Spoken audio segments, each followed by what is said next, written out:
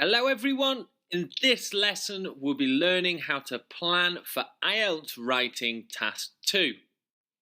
Much like Ielts writing task 1, you'll need to create a short plan that can help you successfully write your essay. By the end of this lesson, you'll understand how to create a short plan that will help you write a solid Ielts writing task 2 essay. Now, there are many reasons why you should learn to create a plan for Ielts writing task 2. But very importantly, we must remember that 50% or a half of our final task 2 grade is for task achievement and coherence and cohesion. Task achievement is successfully answering the question. And coherence and cohesion means how well you logically order your essay. A good plan can really help you score highly in task achievement and coherence and cohesion.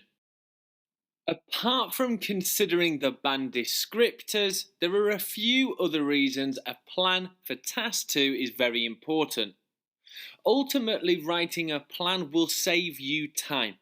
You'll spend less time hesitating or thinking about the next step. A plan will also help you to relax, as you'll know exactly what you need to do throughout task 2. And lastly, a plan gives you some structure to how to write your test.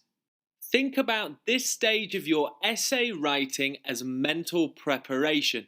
Much like a runner will spend time thinking about their race even before they begin running. The very first stage of our plan is to simply read and identify what type of question is presented to us. Different question types require different kinds of answers, and our plan should reflect this. Some people believe that more money needs to be spent on protecting wild animals that are at risk of becoming endangered or extinct. Do you agree or disagree? Let's highlight the key words that are in this question. Do you agree or disagree? It's quite easy to see that this is an agree and disagree type question. It's important to remember that you also need to give your opinion in this question type. Let's see another question. The amount of elderly people admitted to care homes has increased over recent years as less older people are looked after by their family.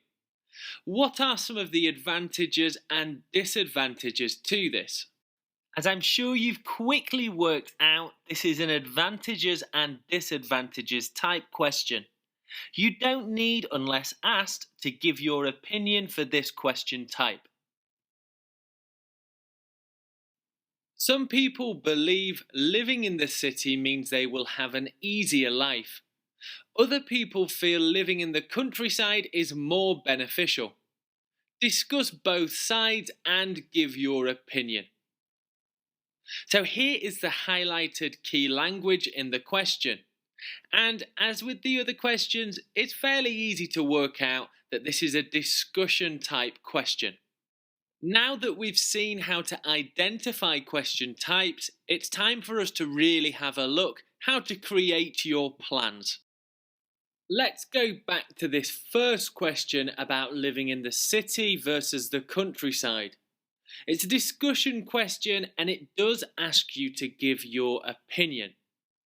Here is my plan, and let me explain how you can use this format to write plans of your own.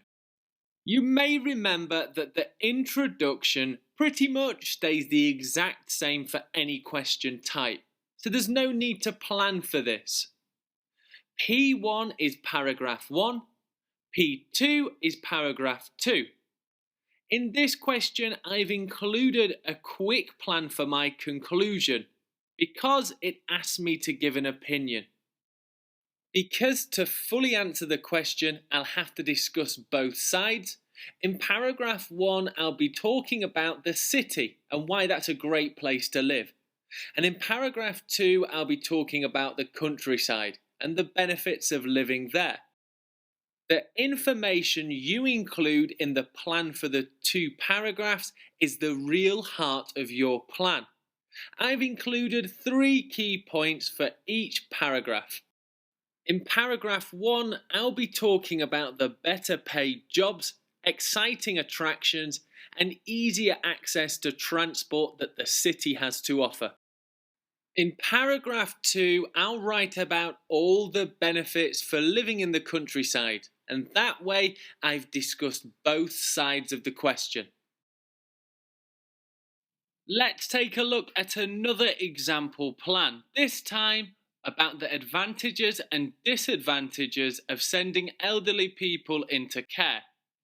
How do you think I might organise my 2 supporting paragraphs? It seems most logical to organise paragraph 1 into advantages and paragraph 2 into disadvantages. Now, the question doesn't ask to give an opinion. So in your conclusion, you can quickly summarise all of your essay, and there'll be more on this later in the course. Again, I've stuck to 3 main points for each supporting paragraph. That way I have enough to write about when it comes to creating my essay. In paragraph 1, I've decided to talk about these advantages. It frees people time, it gives them professional help and care, and also they could meet other elderly people. For my disadvantages, in my second supporting paragraph, I'll talk about how elderly people could become lonely, or also maybe not all care homes are a great place for old people to be. So that's all on creating quick plans for Ielts writing task 2. The main idea is to organise your ideas into the supporting paragraphs. I like to stick with 3 main points per paragraph. I'll also say that this shouldn't take you any longer than 3 or 4 minutes to do. It's definitely a quick but very useful plan that will help you organise, structure and create your essay. See you in the next lesson.